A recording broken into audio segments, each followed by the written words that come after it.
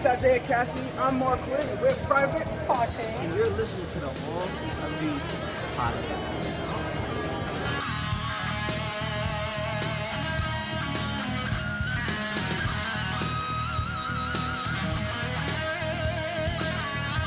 Yo, you're listening to All Elite Podcast. Boom. And it is the worst podcast ever. We live! Ow!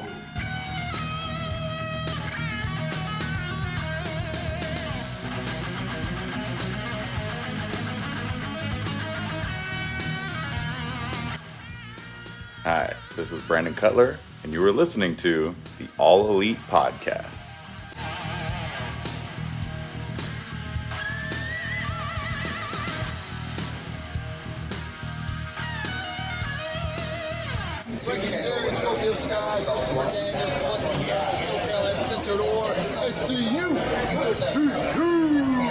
This is the All Elite Podcast, which happens to be the worst podcast I've ever been on. SCU!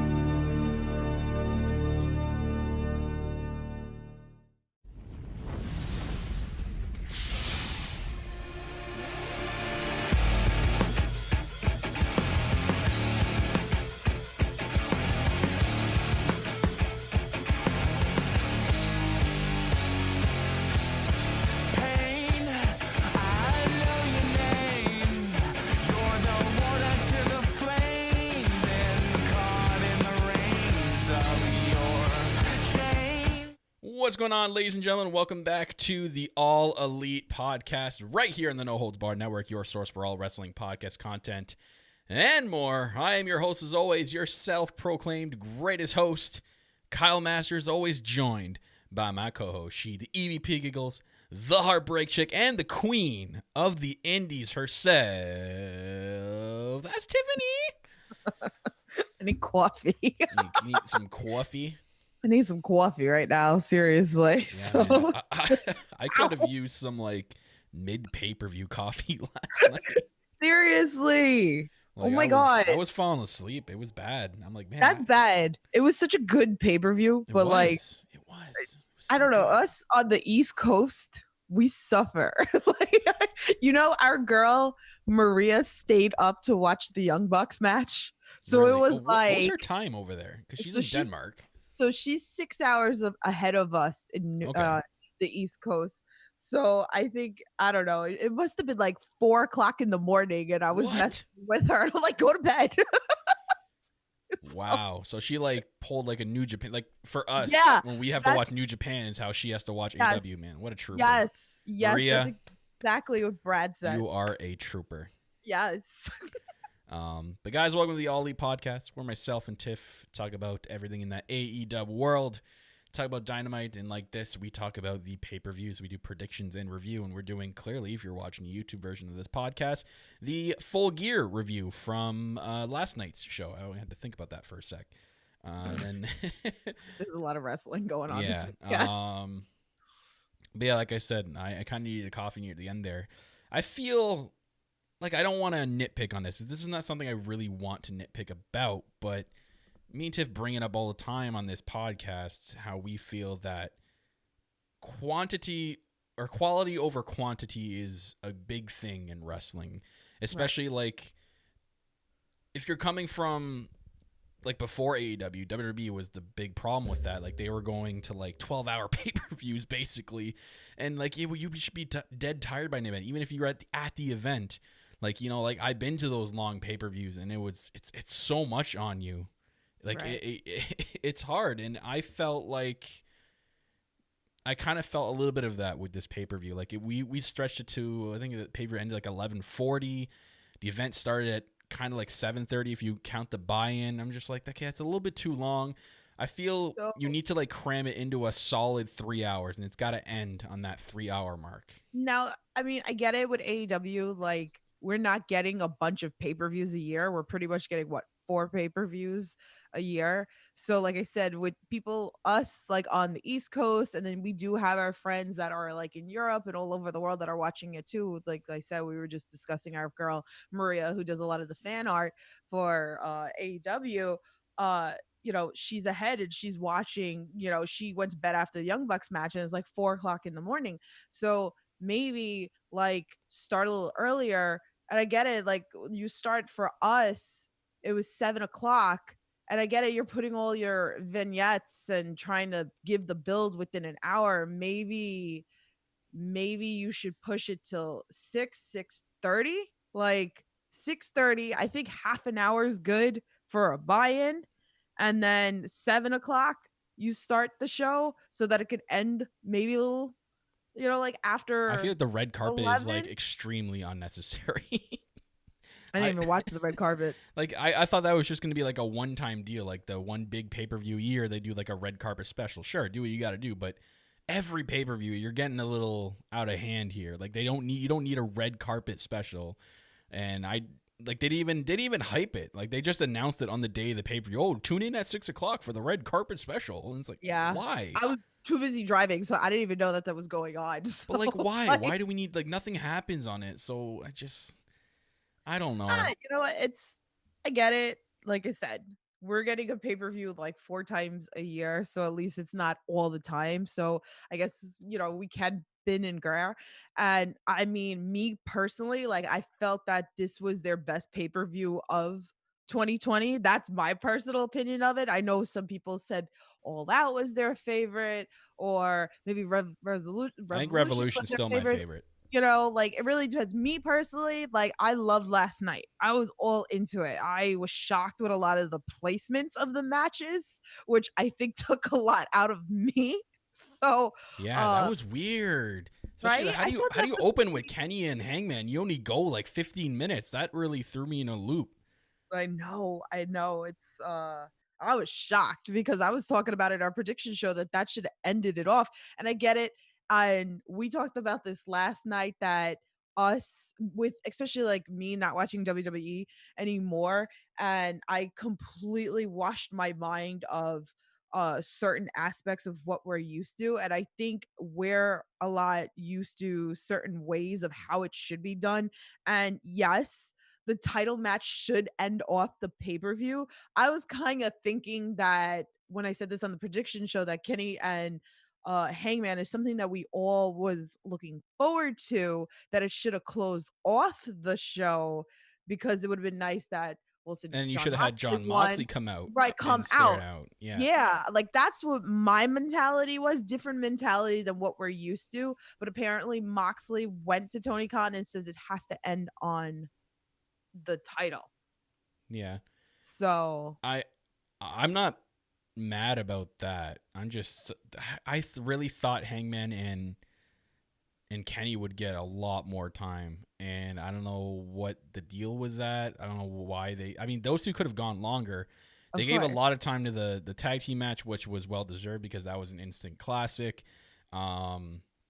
Darby and Cody got a pretty good amount of time. I think it was like around 17 minutes.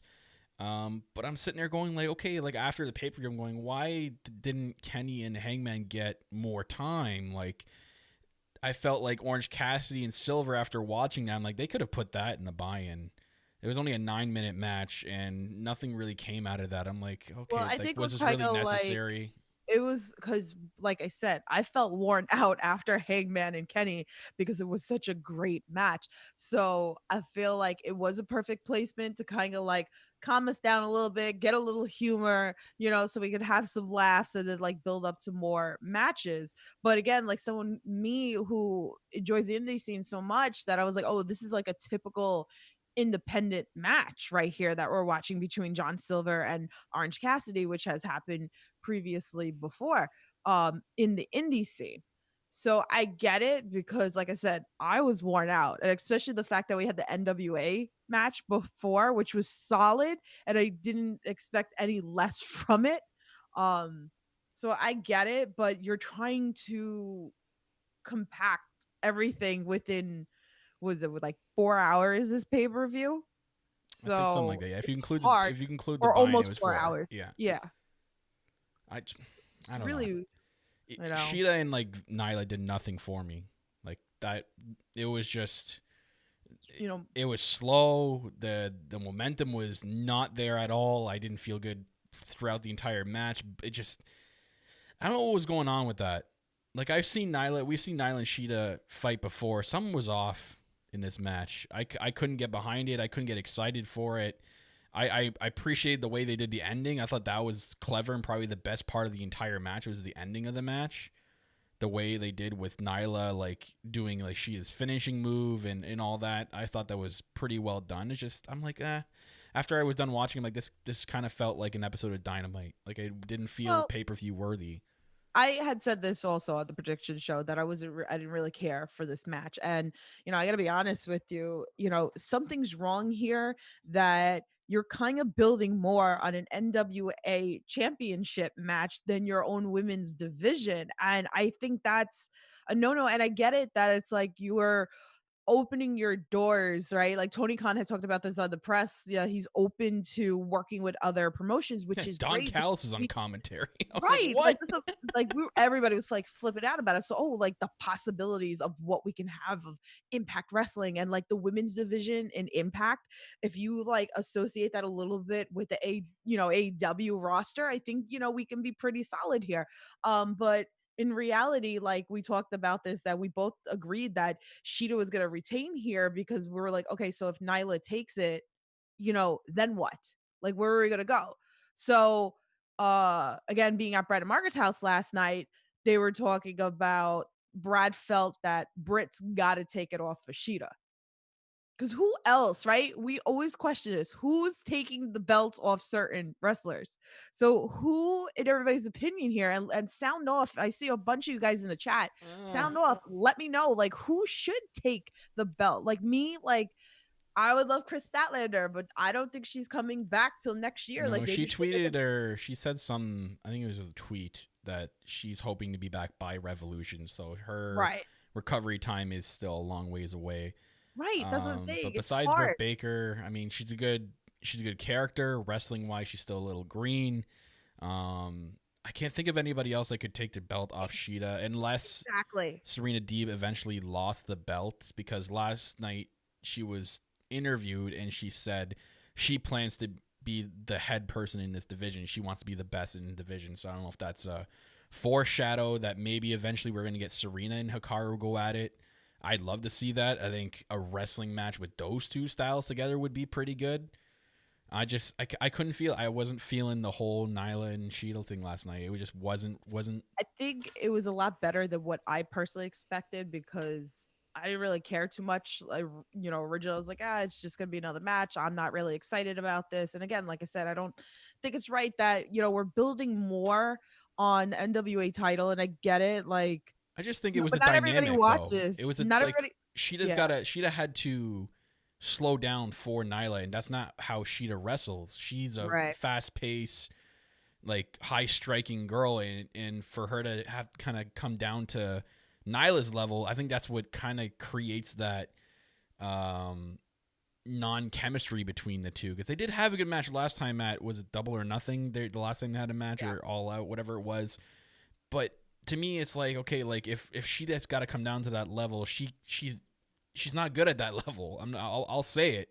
So I'm coming from a Sheeta fan.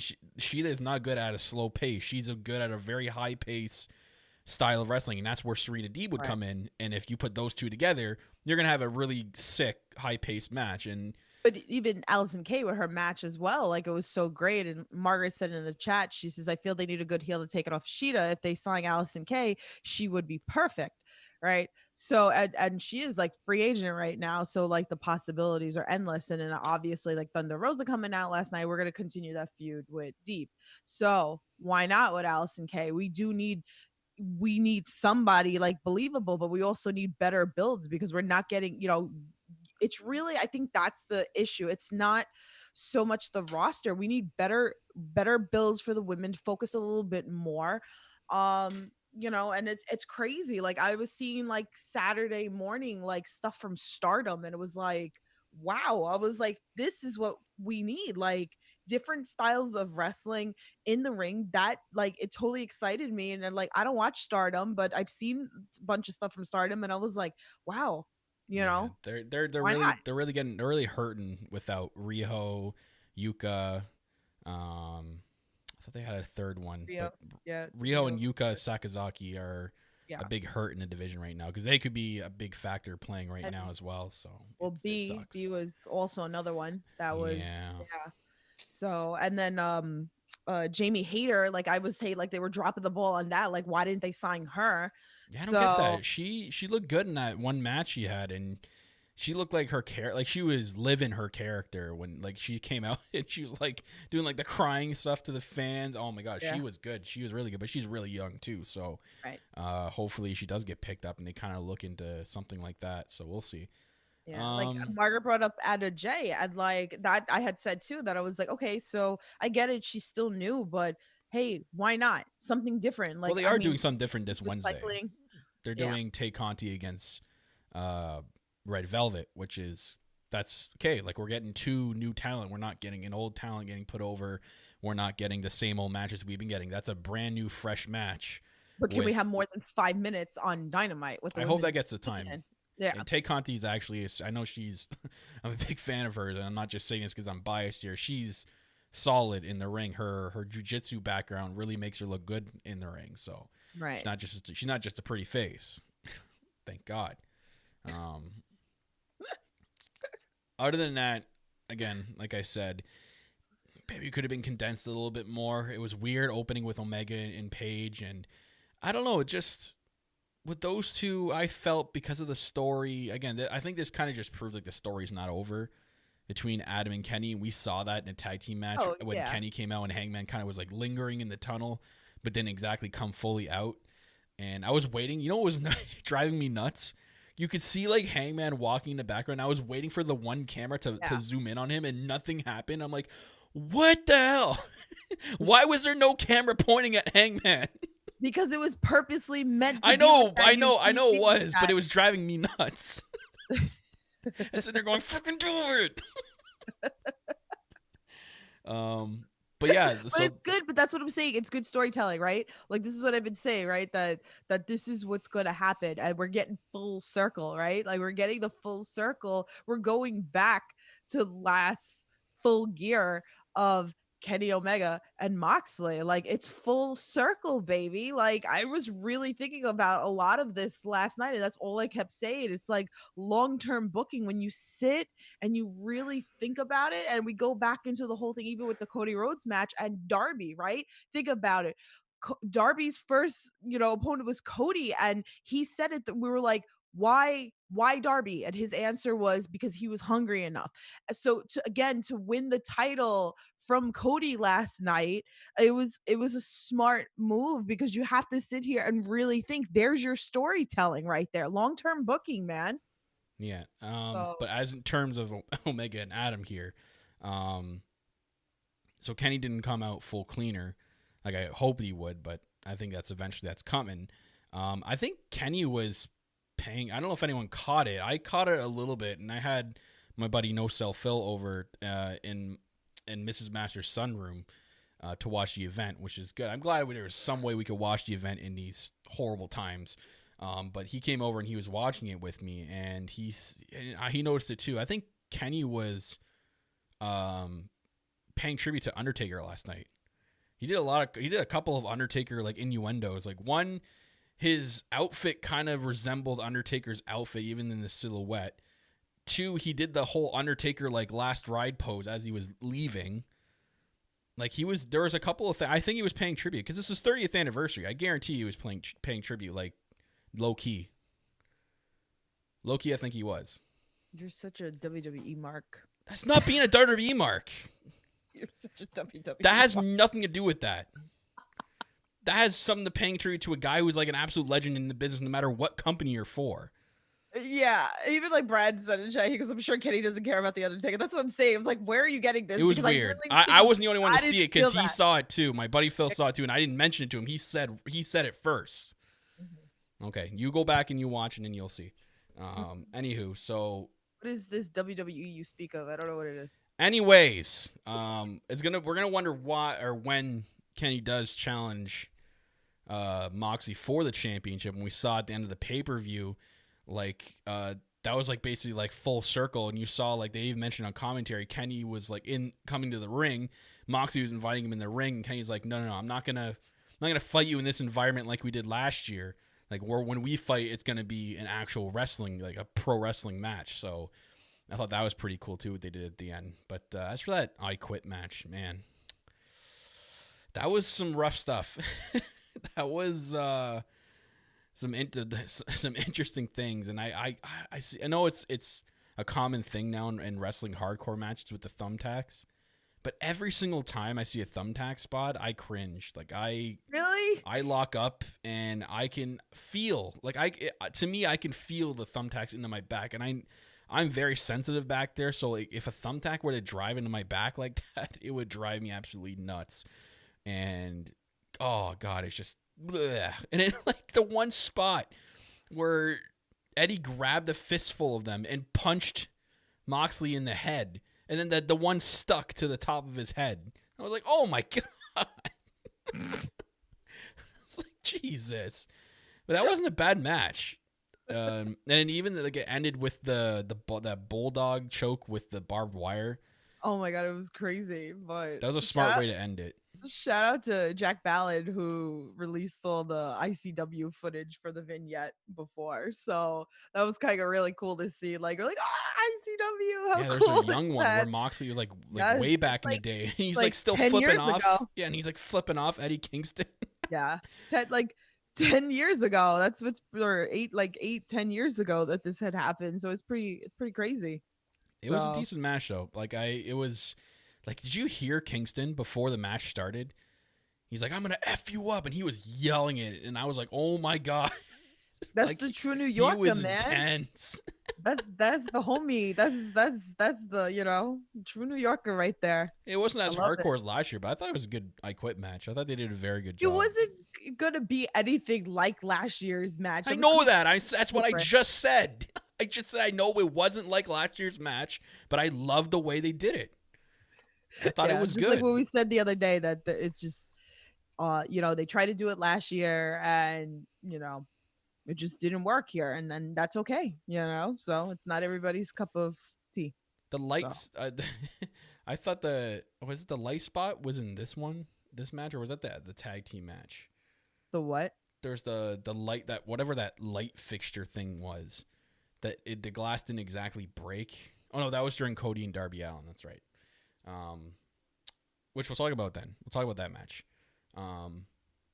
So Darby's the TNT champion, which I'm still, I know I picked Darby. I'm still a tad bit shocked that, like, in the back of my head during the whole match, I'm like, I bet you Cody just wins it again, and we're going to continue this cycle with Cody as TNT champion. But I'm glad that they did what they did finally. I'm sure you were happy. All I was thinking of was you, like, being so proud and happy for Darby, and he did the whole kneeling down and presenting the title to Darby. That was awesome. And he got very emotional. It was really great. So, and I love the car that was all spray painted.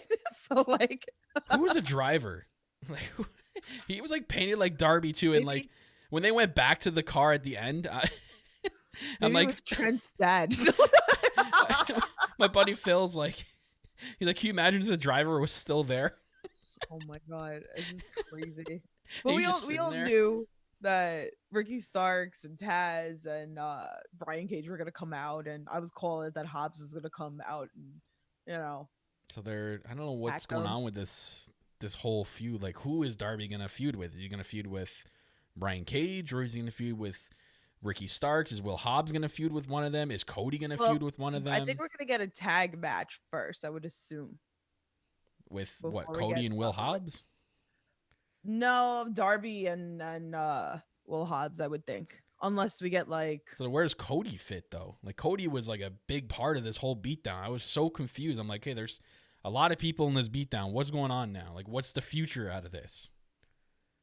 I mean, like, again, like I said, I see like a lot of possibilities that happen here. So I feel like tag's going to happen, and, Ricky and Darby. I don't know. I just don't see it with Brian Cage yet. And, what's going on with Lance Archer? Like, there's so many things like. Yeah, Lance Archer's going to go for the main title. That's what he's made clear. As for Cody, I don't know where he goes from here. Like, I don't know where his next step is. Like, is Darby's is Darby's feud? So Cody, does he go after like Brian Cage for the FSW belt though? FTW? I mean FTW belt. Sorry, I got independent wrestling on the brain. I'm sorry. Like there's so much wrestling. I can't like belts and I'm sorry. Yeah, FTW. Sorry. F the sick world. They took Alex Trebek today. F the sick world. Oh God. I'm upset. I know. I'm curious to see where he goes. The belt that me and a bunch of people's opinions that were like, what's the point of the belt? Because it's like not even get defended and like it like means nothing to me. It's just like here, trophy for He's an nothing. FTW. If Cody wins the FTW belt, I swear to God. Well, he can't challenge for the AEW title. So where do you go from here? Does he go back? Well, he's have to like turn his way up. But that could be a possibility that him and Brian Cage could kind of go after that. And why not?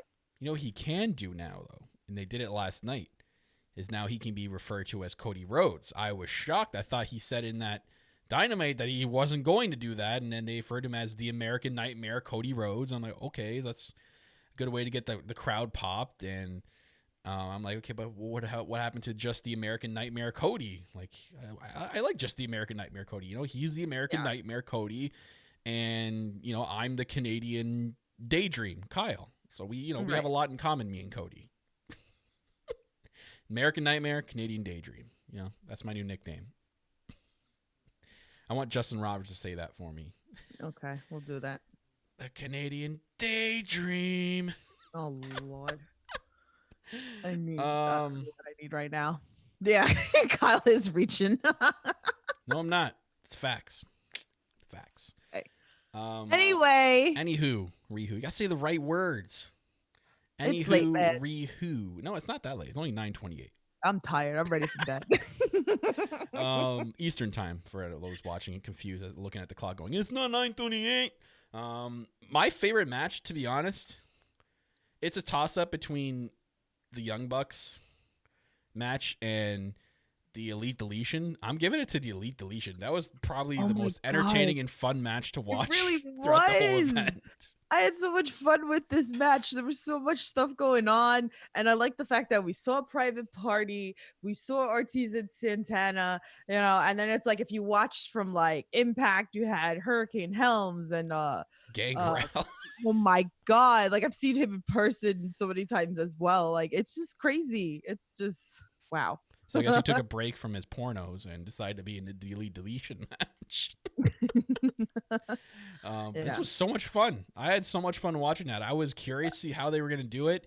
It literally was a healthy mix of like wrestling and cinematic stuff, which was awesome. Like from the beginning with the monster truck, then you had the golf cart, the fireworks. I was losing it. I was pissing myself laughing when he was chasing Sammy with the fireworks and shooting him at him. I was losing my shit. But even what's her name? She was saying like there's fire going on in the backyard and stuff, and I'm like, oh my God. I was like, this is crazy. Like, and in the ending, like with they're in the deletion pod or whatever he calls it, I don't know, I forgot what he called that area.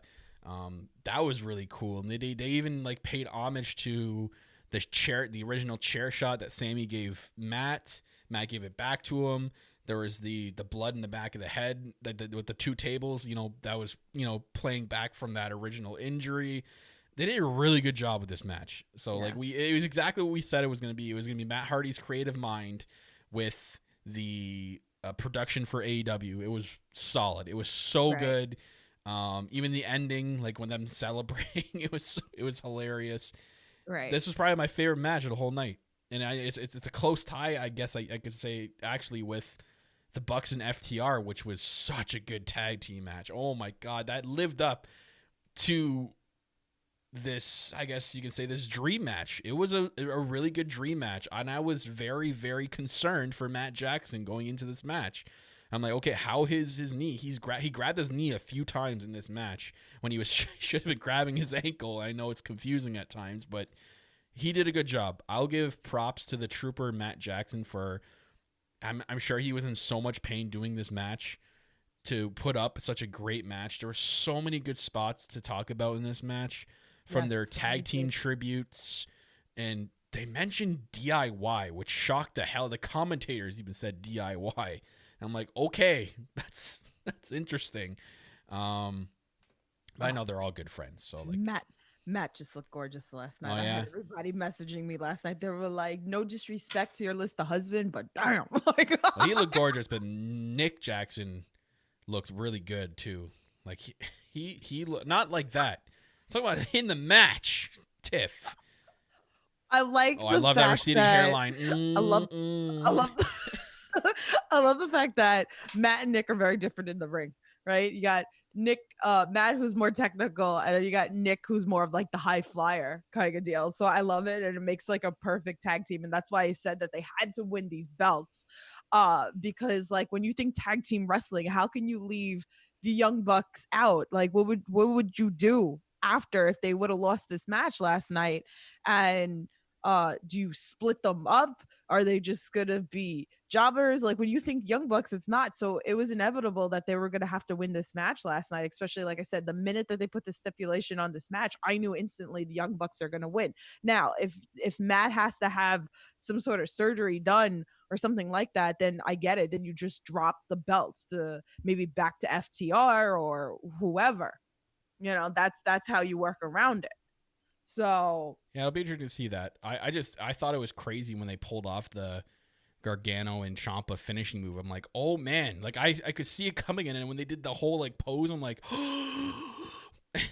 like that is insane. It was so good. And like even the end, the storytelling of this match, of the ending when it came to I get their names confused all the time. So the one with the bald head is Cash Wheeler, I believe. Oh God, I Cash, do too. and then Yeah, Dash Harwood is the one with yeah. the hair. Yeah. I get it confused I all do the it time. all the time myself. Anyway, so Dash, the one with the hair, their motto, just fists, like no flips, just fists. He ends up doing a flip at the end to like That's prove crazy. to them. He's like, look, these guys want to flip all the time. I'm going to show them how to do a real flip. Ends up backfiring into a super kick, and that's how you end the match. I'm like, that's perfect. That is like the perfect way to end that type of match. It's storytelling, man. It's storytelling. So it cost them something was really that he good. tried to do, and it really lived up to expectations. Now, could have they built it a little bit better? Yes, but that's okay. At least we got a solid match in the ring. So I really enjoyed that match. I kind of want to go back and rewatch it when I have some time. So that will be one of the matches. That and the Elite Deletion will be the two matches I go back and rewatch. And Hangman and Kenny, because that was really good too. You didn't like it? I thought it was good. It was not a rewatchable match. Again, it only went 50 minutes, and I'm like, okay, like nothing. It was just a good match. It's not a rewatchable match. It's not a top match of the year. It was just a good match. It's like I'd go back and rewatch Pac versus Kenny before I rewatch this match. I'd go back and watch the tag team match at Revolution before I watch this match again. It's not up there. I felt like they left a lot on the table, and I think they're saving that for the end game. Well, didn't I say that? Like, it's going to be more meaningful when Kenny has the belt and then Hangman goes through this whole thing to go back to Kenny. Yeah, I know that. I'm talking about the actual match itself, the wrestling in the match. They left a lot on the table there. Like, they held back from going all out, which helps, I guess, the end game match when I guess we think Revolution, or maybe they push it. We'll see. Yeah, it's going to be really interesting because now we have a couple of months to like the next pay-per-view. Yeah, so what's going to February happen? Like, are we going to 27th? They said they something already had like a preview for it. I'm like, oh, that's early. Crazy. Last week we can talk about it. I guess. I mean, I didn't mind the match. I thought it was cool that the crowd sang Jericho's theme song. I thought MJF like playing Jericho with his entrance with the light up jacket was funny. Yeah, that was funny. But nothing really happened. I kind of expected more a little bit out of this match. Match was okay. It was decent between MJF and Jericho. It was entertaining. You're being nice. I didn't like it at all. I didn't like it at all.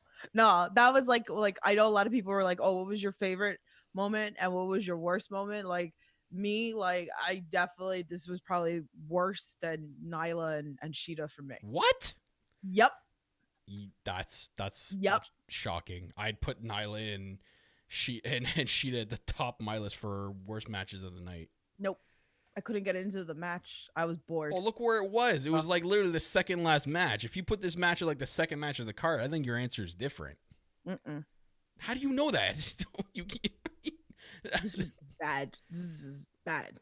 It's still like same outcome. I don't know. It's just like I don't know if the chemistry was for me. Like that's just how I felt about it. If the chemistry was off, because like how like Jericho has amazing matches with people, but I don't know. They put a lot of stock in MJF. Yeah, Brad, it was slow, but nothing happened in the Sheeta and Nyla match either. So what's the difference?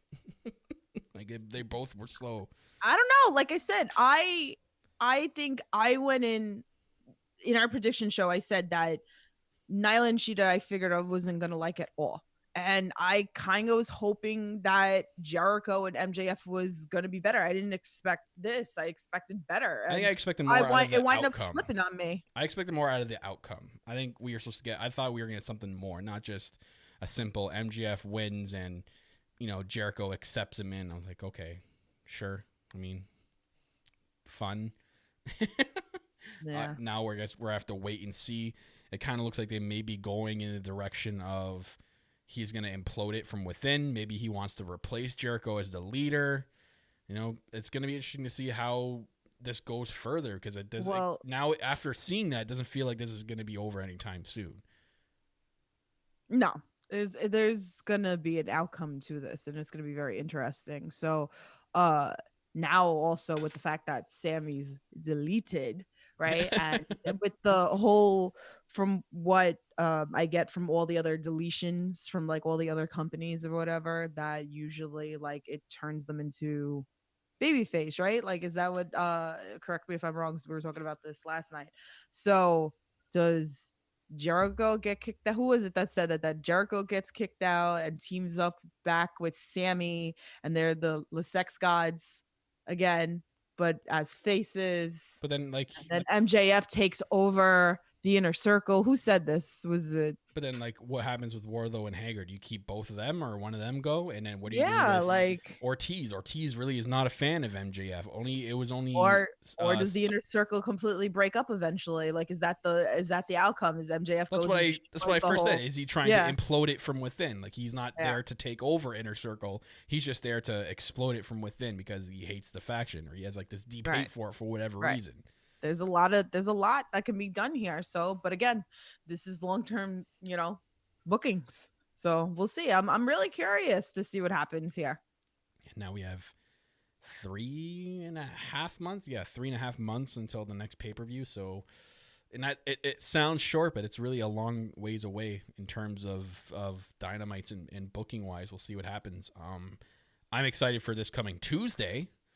Their AEW Games announcement on their YouTube channel. I'm excited about that. We heard a lot more details on Full Gear last night about it. So it's apparently it's multiple games. It's going to be a game that's going to feature for console.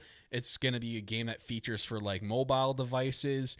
There's Tony Khan gave kind of like a little hint that one of the games is going to feature you being a GM and you booking shows for AEW, which sounds awesome.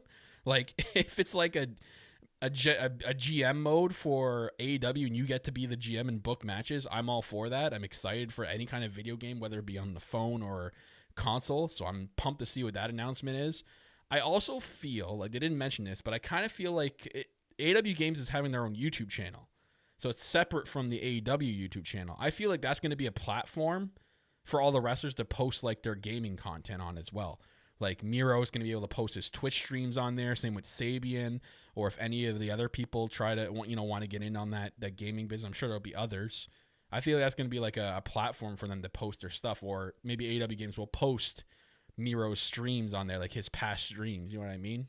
Right. I feel like they're going to make a bigger deal with that YouTube channel, because why make an actual YouTube channel just to make a game announcement? Something else is going to happen with this YouTube channel. So it'd be interesting, but it would be quite cool. Like, you see them like at Dynamite in the background playing at, like maybe they're in the crowd somewhere playing.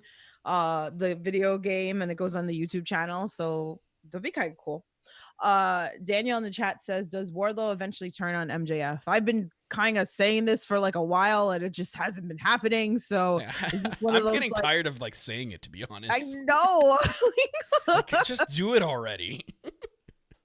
Like, how long are they going to keep doing this? So unless they're like, this is going to lead, obviously I think it leads to a match against MJF and Wardlow. I think that's the end game. Like, or unless it leads to Wardlow and Jake Hager, and Jake Hager becomes, the new bodyguard for MJF.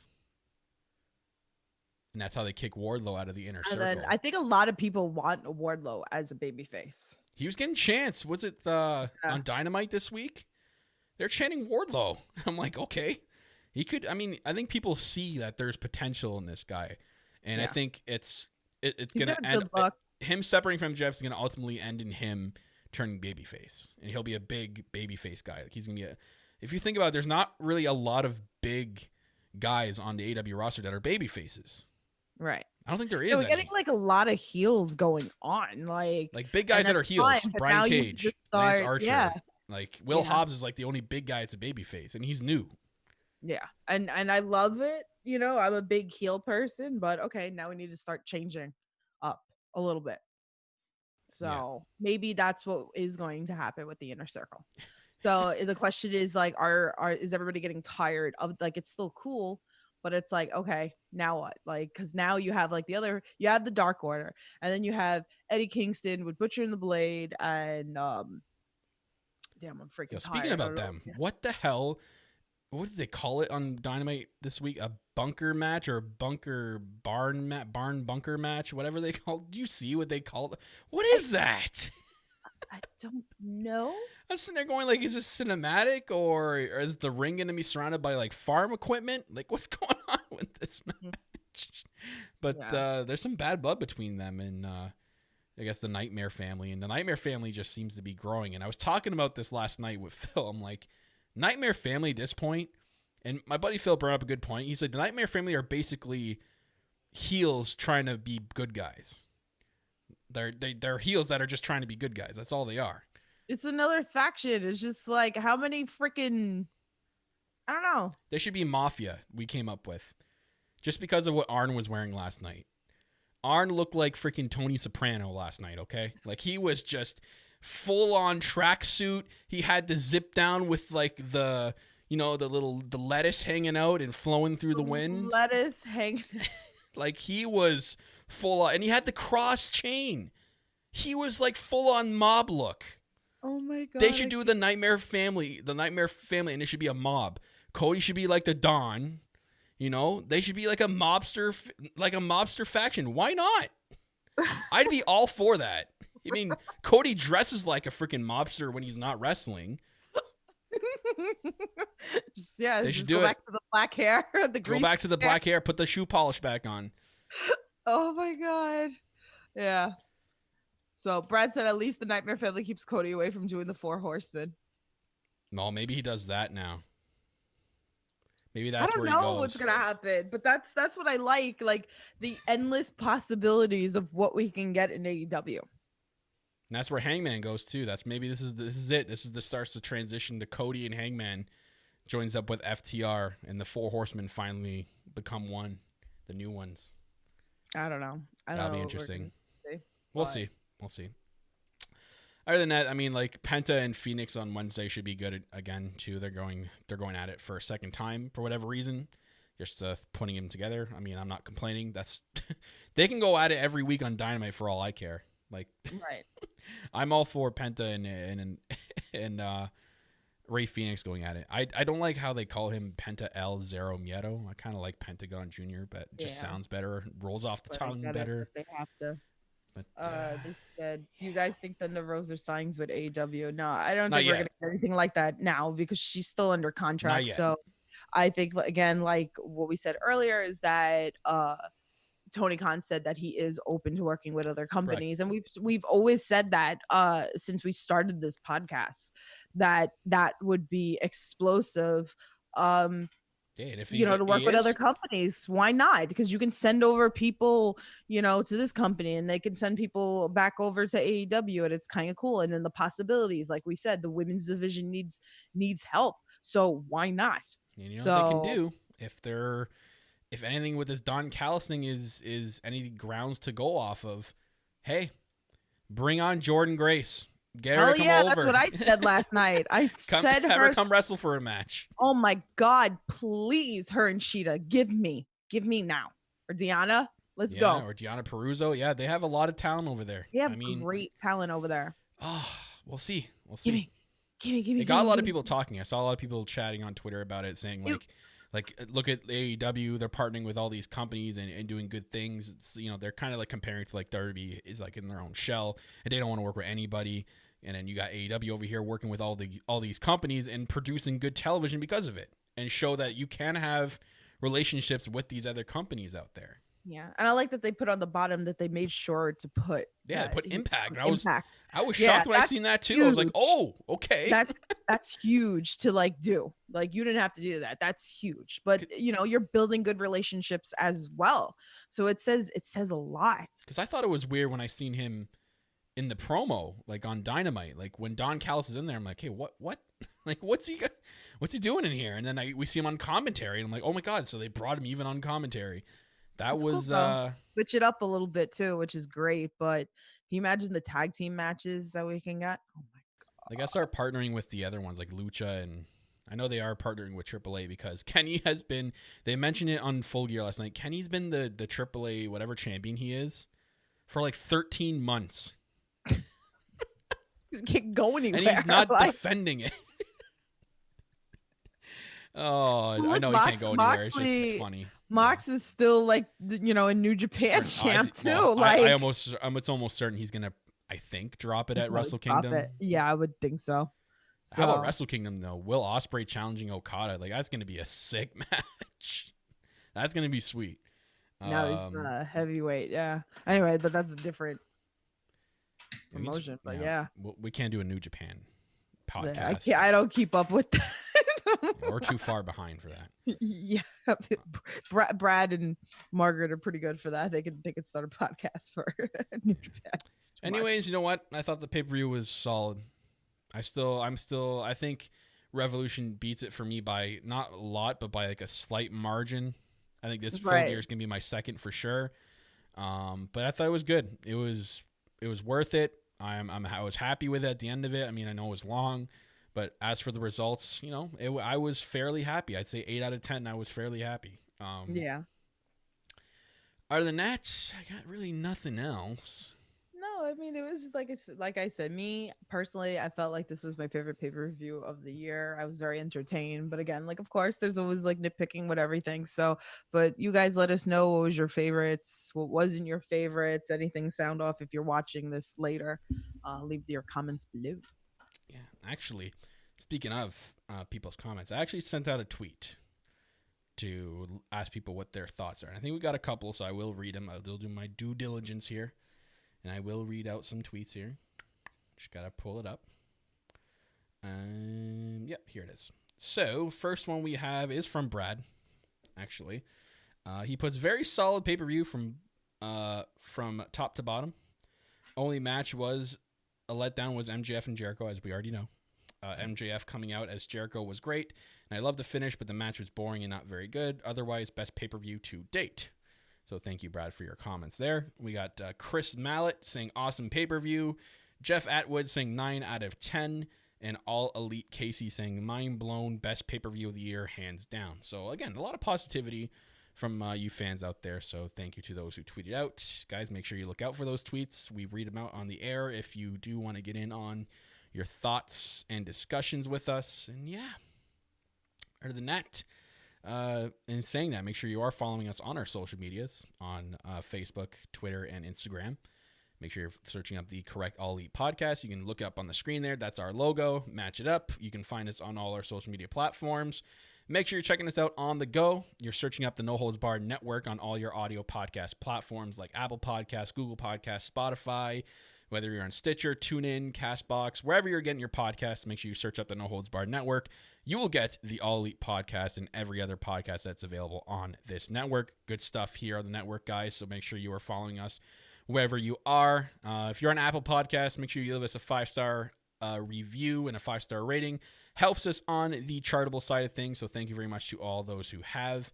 And then make sure you're checking out our Teespring store, which is newly revamped. I kind of did a refresh on it. So don't go by what you see in the video here, but there's lots of t-shirts, stickers, coffee mugs. There's actually hoodies now available on our shop, so go check it out. The Teesprings link is located down in the description below of the YouTube store.